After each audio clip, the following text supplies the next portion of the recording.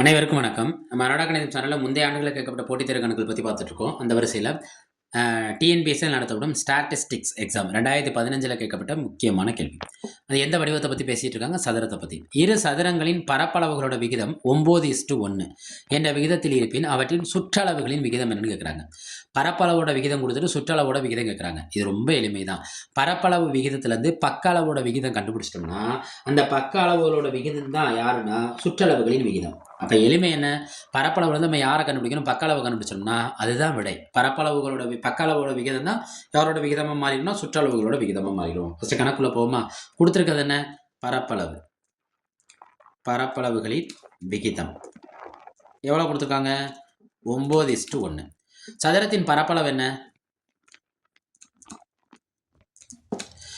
எந்த பக்கம் கொடுத்தாலும் அந்த பக்கத்தை என்ன செய்யணும்னா ஸ்கொயர்டு பண்ணணும்.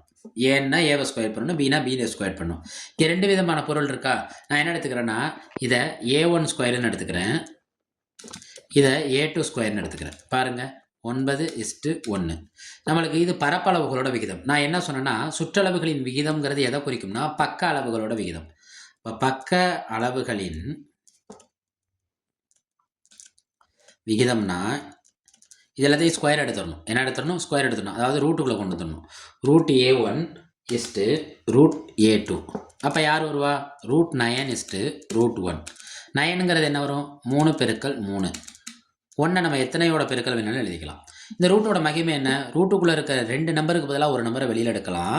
ஆனால் எடுக்கிறதுக்கு முன்னாடி இந்த 2 நம்பர் என்ன நம்பராக இருக்குன்னா ஒரே எண்ணாக இருக்கணும். பாருங்கள், இது 2 ஒரே எண்ணா, அப்போ 3. இது 2 ஒரே எண்ணா, 1. பக்க அளவுகளின் விகிதம் தான் யாருக்கு சமம்னு சொல்லி கொடுத்தோம் கொஞ்ச நேரத்துக்கு முன்னாடி? சுற்றளவுகளோட விகிதம். அப்போ சுற்றளவுகளின் விகிதம்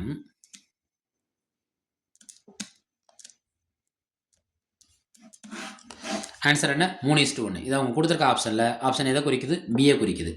ஸ்டாட்டிஸ்டிக்ஸ் எக்ஸாம்ங்கிறது டிஎன்பிசிஎல் அரிதாக நடத்தப்படும் எக்ஸாம். ஸோ முக்கியமான கணக்கு. கொஞ்சம் டைம் கொடுத்து பாருங்கள். புரியலைன்னா கமெண்ட்டில் பதிவிடுங்க. நம்ம அரோடா கணிதம் சேனலை சப்ஸ்கிரைப் பண்ணி சப்போர்ட் பண்ணுங்கள். நன்றி.